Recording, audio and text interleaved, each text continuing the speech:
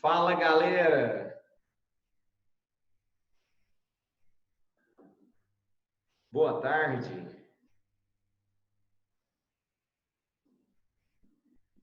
Muito boa tarde, Lucas. É isso aí. Vou sair aqui da frente rapidinho para que vocês possam tirar um print.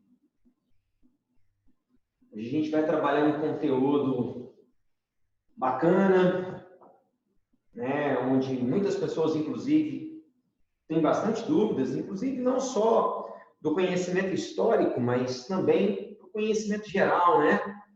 Você conseguir entender de fato o que é o nazismo.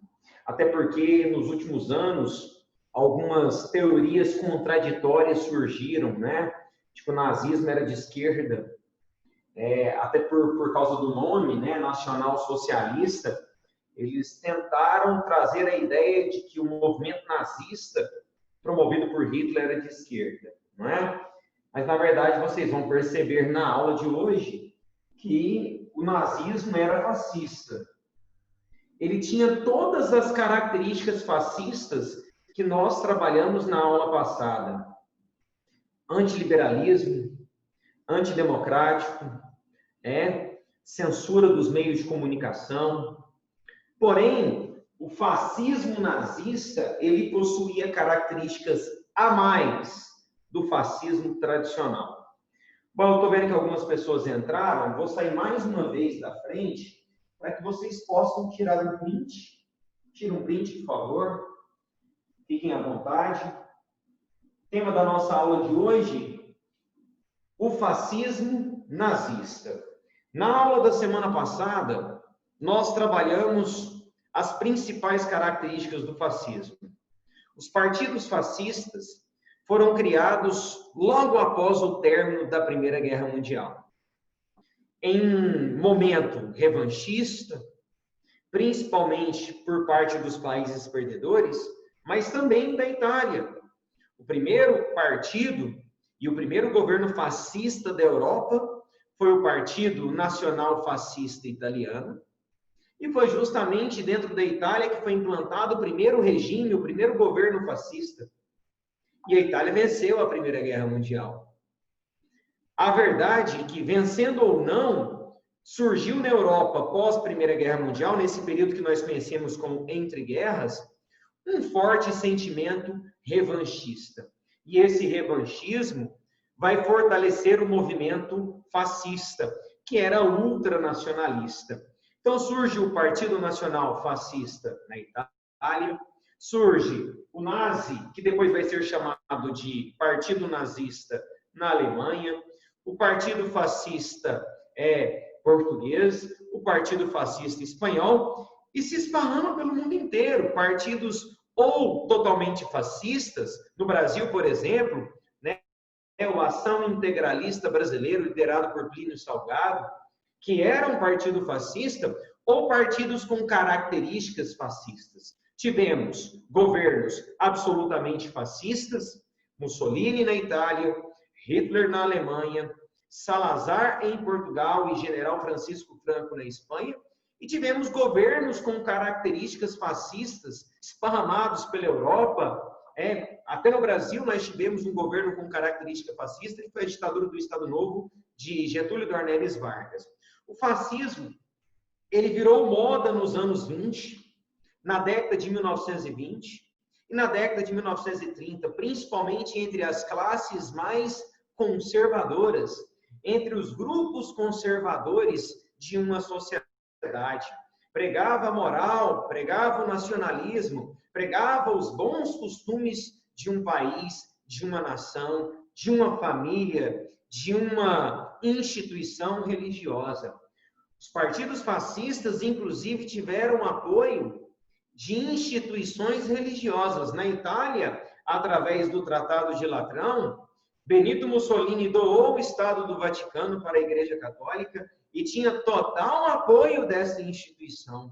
Na Alemanha, pregando que combateria o marxismo, o socialismo, o anarquismo, Hitler teve total apoio da Igreja Luterana. E assim aconteceu em países da Europa Ocidental, em países também da América.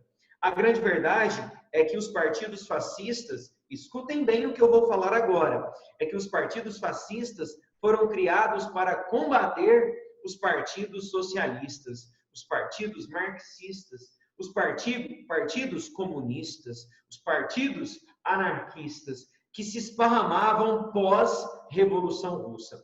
A Revolução Russa fazia muito sucesso dentro da Europa, principalmente entre grupo de trabalhadores, anarco-sindicalistas, em movimentos sindicais, em pessoas desempregadas na Europa. Estamos falando de início do século XX, milhares de pessoas estavam desempregadas em seus respectivos países. E o socialismo, a ideia da igualdade, a ideia pregada por Karl Marx e Friedrich Engels se esparramava por várias classes operárias pela Europa e também no continente americano. E aí, alguns grupos conservadores na Europa e na América começaram a criar partidos fascistas.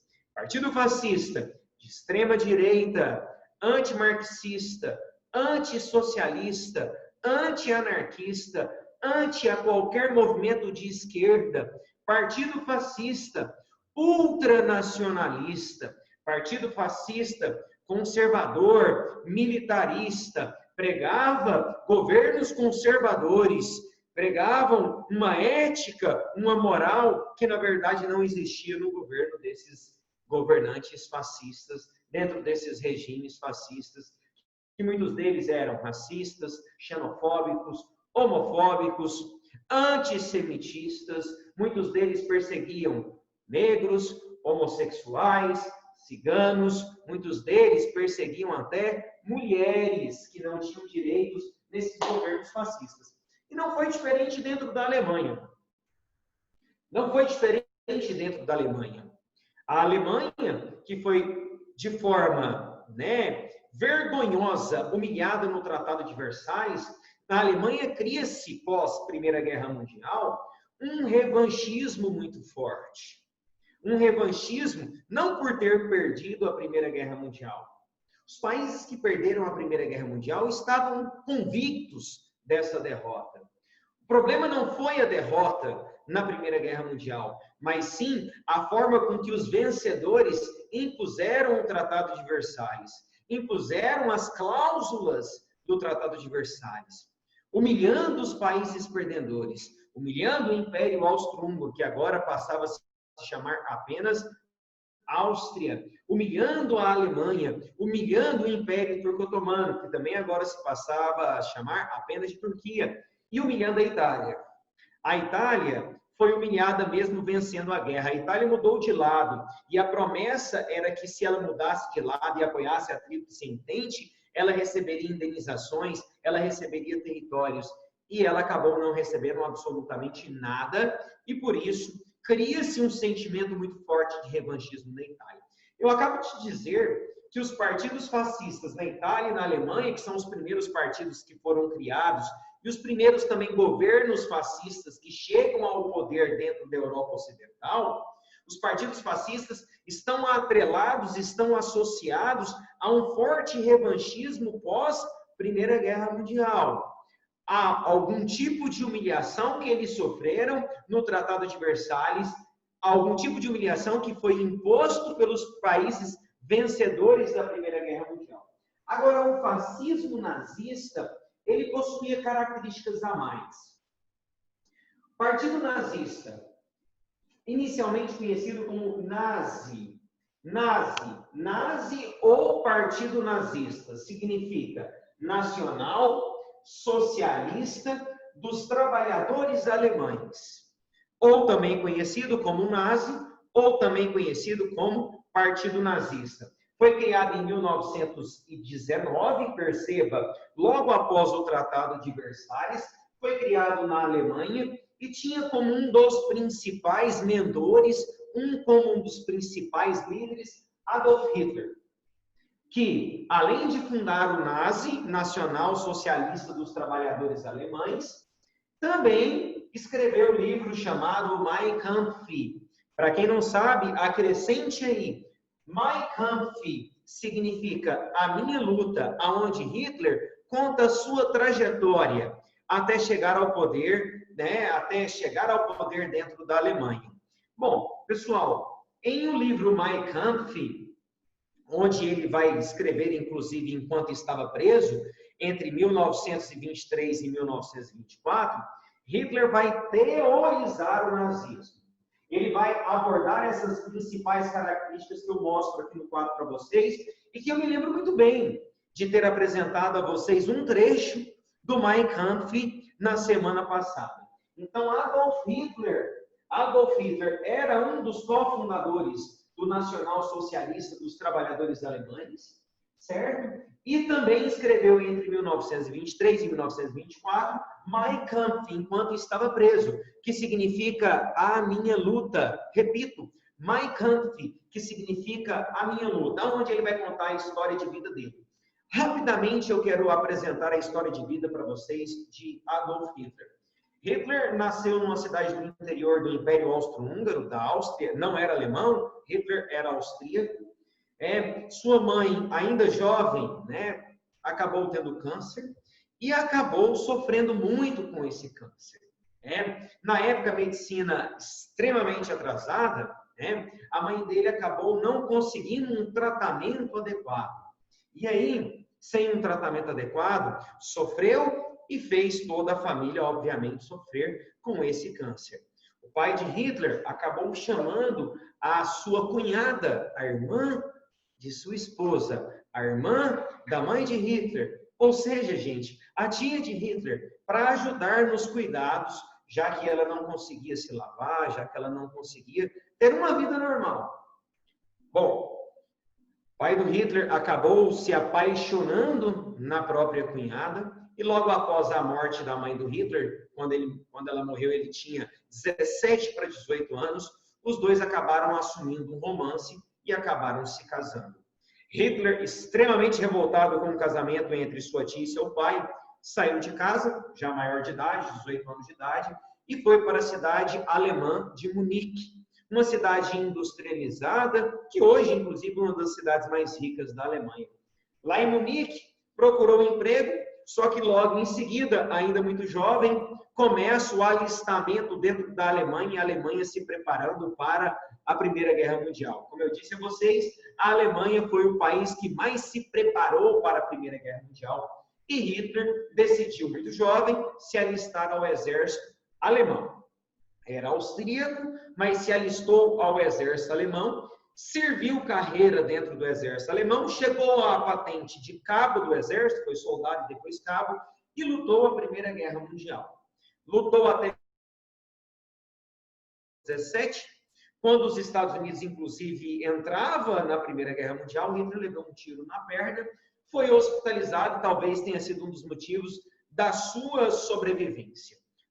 Hitler sobreviveu à Primeira Guerra Mundial, foi homenageado dentro da Alemanha e, logo após o término da Primeira Guerra Mundial, foi um dos que sofreu com a derrota e com o Tratado de Versalhes.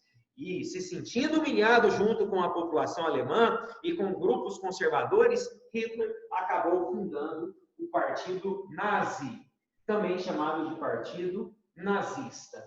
Volto a repetir, Nacional Socialista dos Trabalhadores Alemães.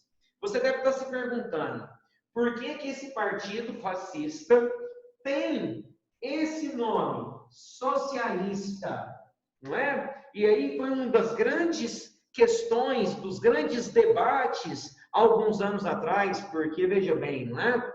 Aqui no Brasil, usando-se de fake news, alguns políticos acabaram dizendo que, tá vendo, o socialismo é tão ruim, não que seja bom, mas é tão ruim que era Hitler, provocou o Holocausto, matou milhões de pessoas, Hitler, ele era socialista. Não confunda as coisas. Hitler era antissocialista, antimarxista, anti-anarquista. Hitler era fascista, racista, homofóbico, xenofóbico, machista. Hitler, ele tinha todos esses defeitos, mas não era socialista. Não era um ditador socialista. Muito pelo contrário. Era antimarxista, antissindicalista, anti-anarco-sindicalista, anti a Revolução Russa. Dizia que a Revolução Russa e que o socialismo iria destruir o mundo. E você deve estar se perguntando, mais uma vez, por que tem esse nome, Caleb? A presença da palavra socialista era meramente para atrair, meramente para atrair os trabalhadores da Alemanha, que estavam encantados com a Revolução Russa e com algumas vitórias que os trabalhadores estavam conquistando dentro da União Soviética, dentro da Rússia e posteriormente União Soviética, não é verdade? Então era só uma estratégia para atrair aqueles que estavam na classe trabalhadora. Mas os verdadeiros socialistas, os verdadeiros marxistas, sabiam que Hitler não era socialista, que Hitler, na verdade, era fascista. E o fascismo alemão, ele possuía características diferentes.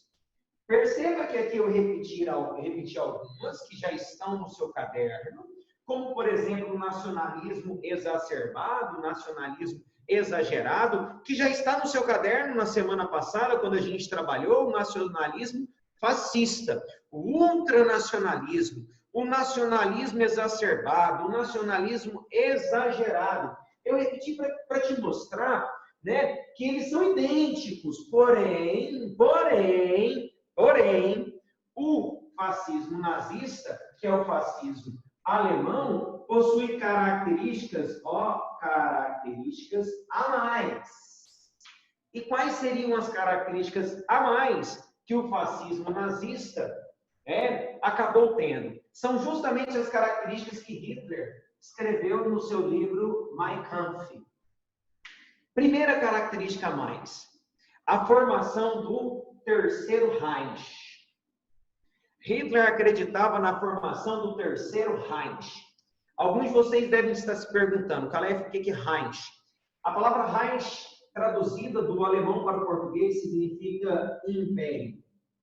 A formação do Terceiro Reich, do Terceiro Império.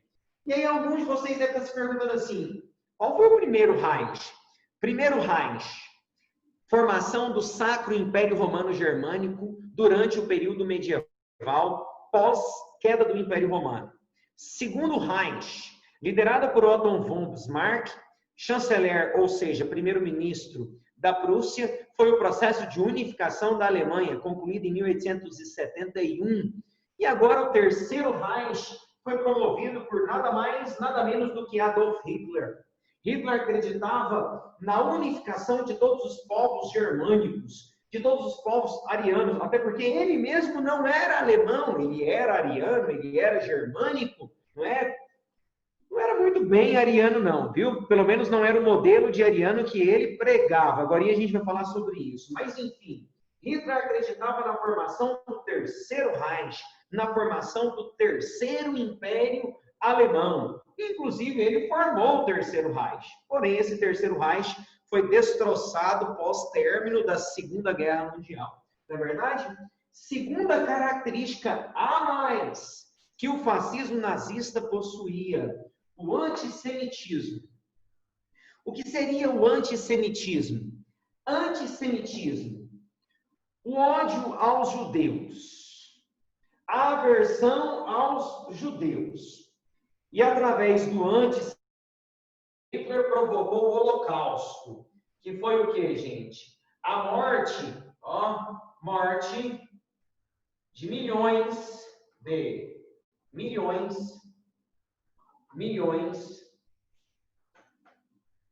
de judeus. Alguns pesquisadores, alguns arqueólogos, alguns historiadores falam em aproximadamente 6 milhões. Outros historiadores, outros pesquisadores falam de 6 a 10 milhões, já que muitos foram enterrados em valas coletivas, escondidas, seus bens eram confiscados. Hitler tinha um ódio mortal aos judeus. Ele justificava toda a crise econômica, todos os problemas sociais que a Alemanha sofreu pós Primeira Guerra Mundial aos judeus. Para quem não sabe, os judeus, após a expansão marítima, viraram banqueiros, homens riquíssimos que promoveram inclusive o mercantilismo e a expansão marítima, depois donos de indústrias e donos de bancos. Os judeus ganharam muito dinheiro, principalmente durante a crise de 1929, cobrando muitos juros da população ou confiscando bens, joias, quadros, obras de artes da população que sofria com a crise do sistema capitalista de 1929. Hitler dizia que a fome na Alemanha era culpa dos judeus. Ele vai argumentar que os judeus provocaram todos os problemas econômicos, sociais e de fome, de miséria e de desigualdade durante a crise de 1929. Mas eu tenho a minha explicação mais real.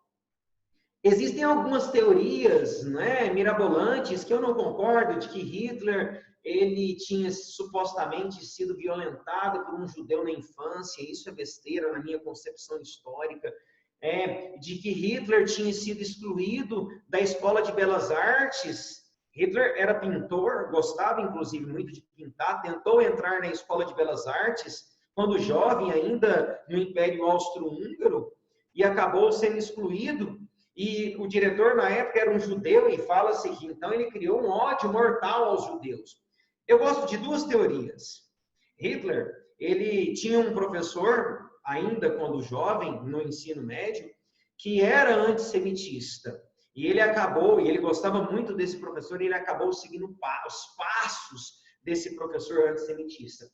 E eu tenho uma segunda teoria, que é a que os historiadores mais gostam, que Hitler, sabendo que os judeus eram riquíssimos, donos de bancos, donos de joias, de grandes empresas, ele confiscou todas as riquezas dos judeus ao prendê-los, ao enviá-los para os campos de concentração, depois para os campos de extermínio. E utilizou todo o capital, todo o dinheiro dos judeus para financiar a sua guerra, para financiar a Segunda Guerra Mundial.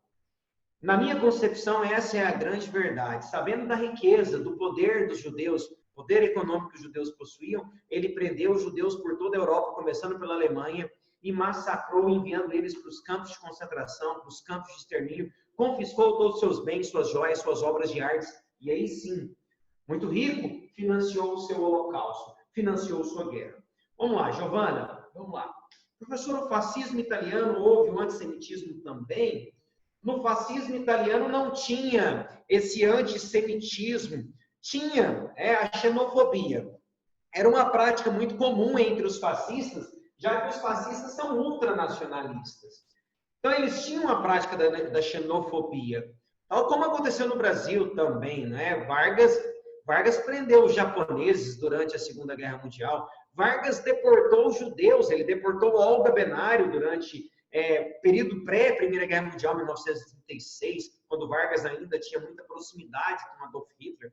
Te digo que ele tinha, inclusive, muita simpatia ao nazismo e a Adolf Hitler.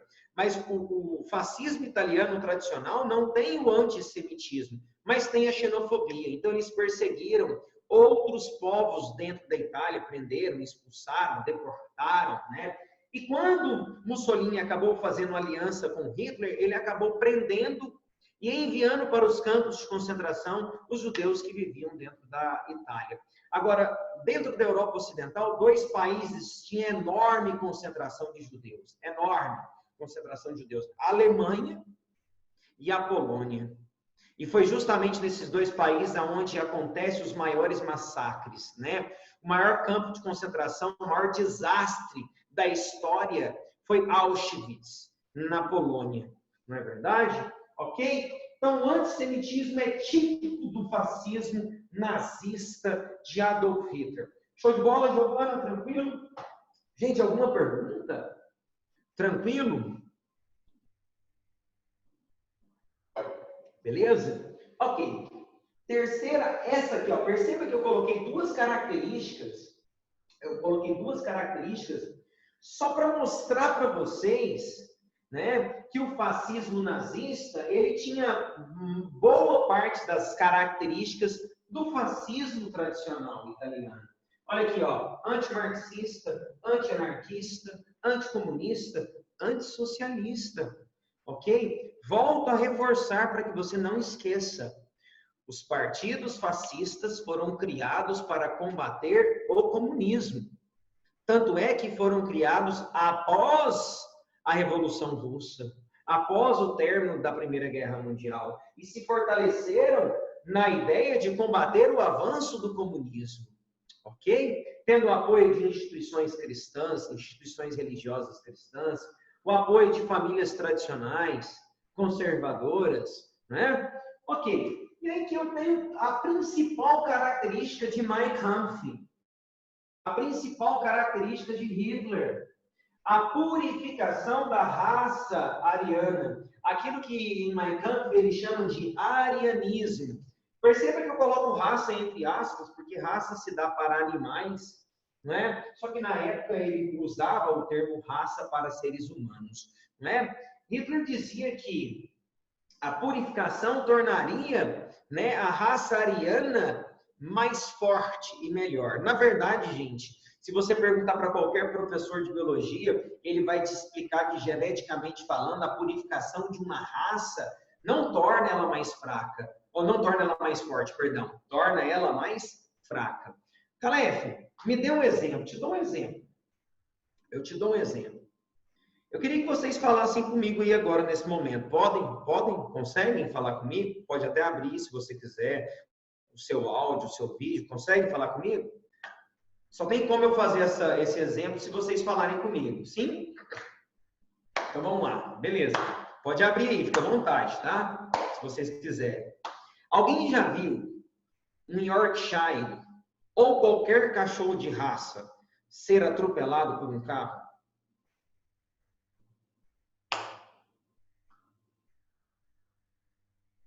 Alguém?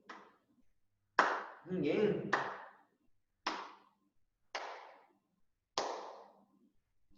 Quando um cachorro de raça, tipo um Yorkshire, aqui em casa eu tenho 3, ele é atropelado, ele morre na hora. Aliás, um Yorkshire, ele é muito provável que ele morra de infarto antes do carro atropelar ele, de tão sensível que ele é. Agora, você já viu um cachorro vira-lata ser atropelado na rua? Quem já viu? Um vira-lata. Um vira-lata você já viu. Não? Sim, sim. Sim, aí tá vendo, Daniela, Arthur? Sim. Quando o vira-lata ele é atropelado, o que acontece? Ele levanta, sacode o corpo, corre, manca só um pouquinho e de repente já tá tudo normal. O vira-lata ele é mais forte. O gado vira-lata é mais forte. O cachorro vira-lata é mais forte. Você sabe por quê, por exemplo,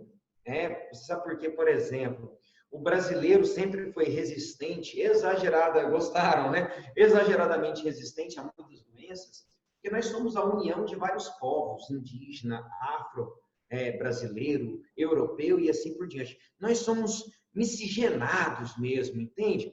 Repito, geneticamente falando, a purificação de uma raça não torna ela mais forte, pelo contrário, torna ela mais fraca. Pergunte a qualquer professor de biologia que você tiver.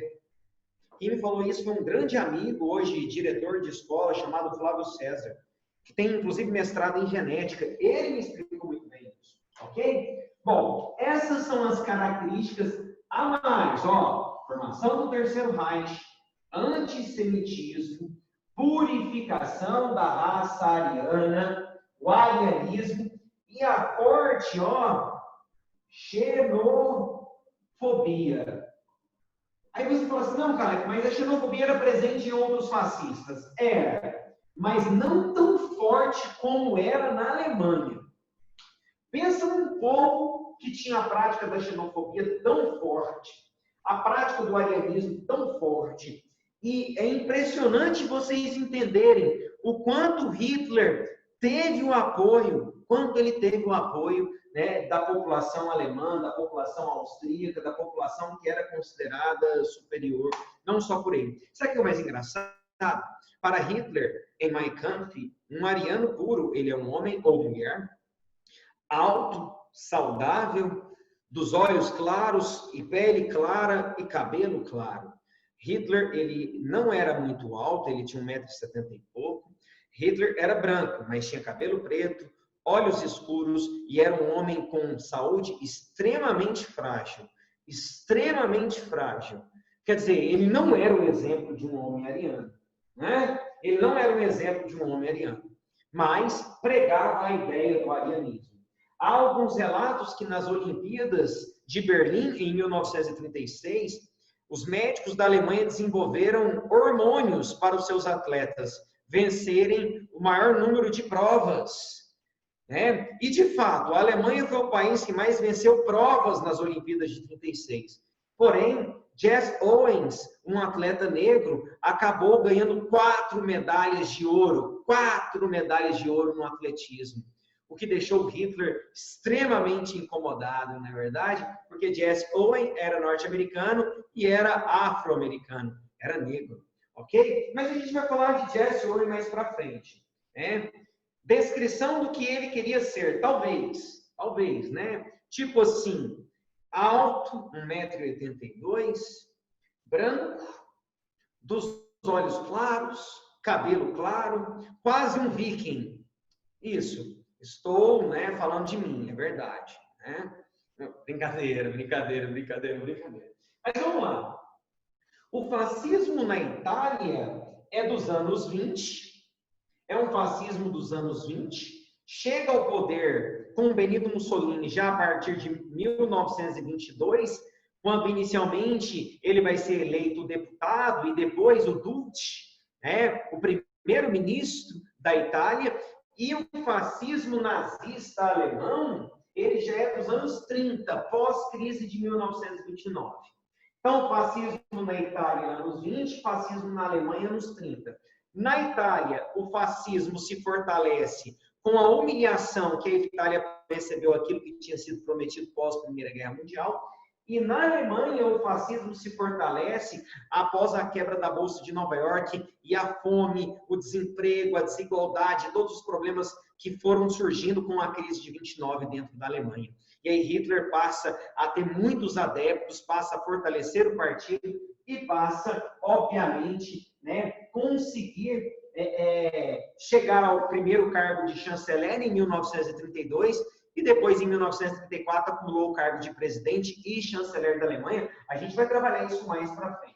Então, tudo está associado, como eu coloquei aqui no quadro para vocês, ó, tudo está associado ao revanchismo pós-Primeira Guerra Mundial.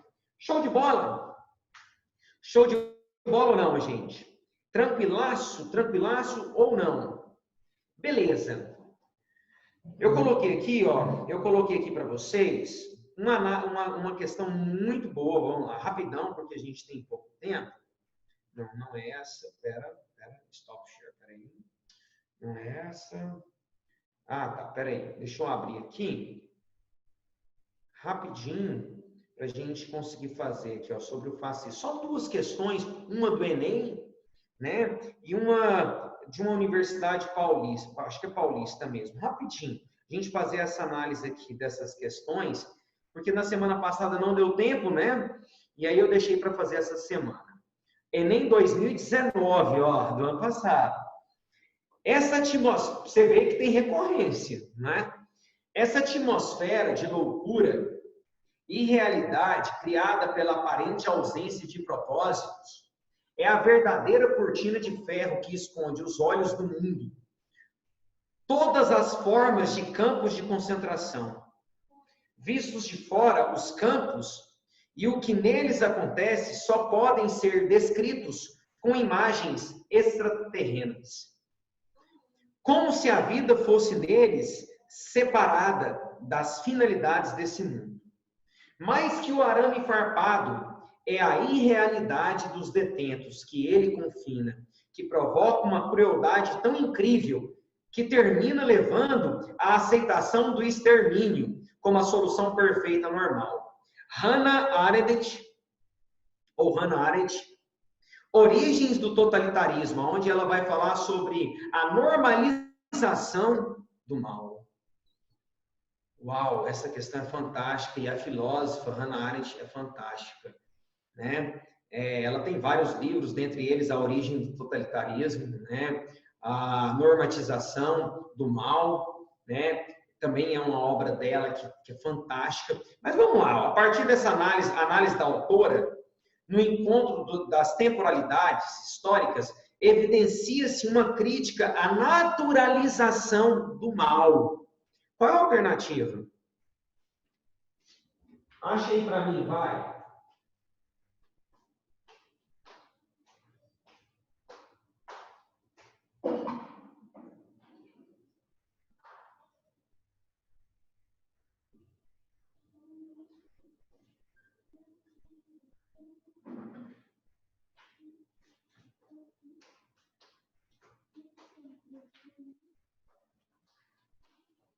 E aí, o que vocês me falaram aí nas respostas?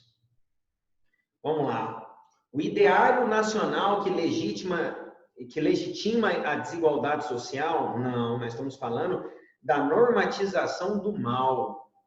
E o que é o mal provocado por Hitler? A alienação ideológica que justifica as ações individuais? Não. Cosmologia religiosa que sustenta as tradições hierárquicas? Não. Segregação humana. Segregar o negro, segregar o judeu, segregar aqueles que eles consideram inferiores, que fundamenta os projetos biopolíticos. Inclusive, se baseavam na teoria do darwinismo social, onde dizia que os mais fortes sobressaem aos mais fracos, e por isso eles devem dominar os mais fracos. Kipling. Uau, que horrível, né? A teoria do Kipling ou do próprio Spencer, né? Do darwinismo social, do fardo do homem branco. Enquadramento cultural que favorece os comportamentos punitivos? Também não. Alternativa certa, C, Enem 2019. Aqui uma imagem, né? O EL 2020. Uma imagem, um judeu mastigando uma mulher, um homem, um soldado. Como é que eu sei que é um judeu? Estrela de Davi na testa. Né? De um lado, estou vendo, parece que alguns símbolos, né? Comunismo, parece. Uma orelha aí meio que de, sei lá, de um predador, de um lobo, não é?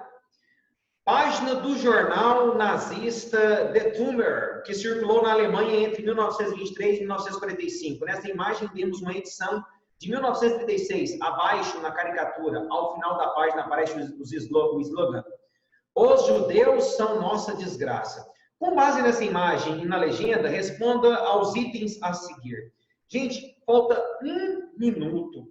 Essa eu quero deixar como reflexão para vocês. Tirem uma foto, façam essas duas alternativas. Na semana que vem, por favor, me lembrem. A gente vai retomar a nossa aula trabalhando essas duas alternativas.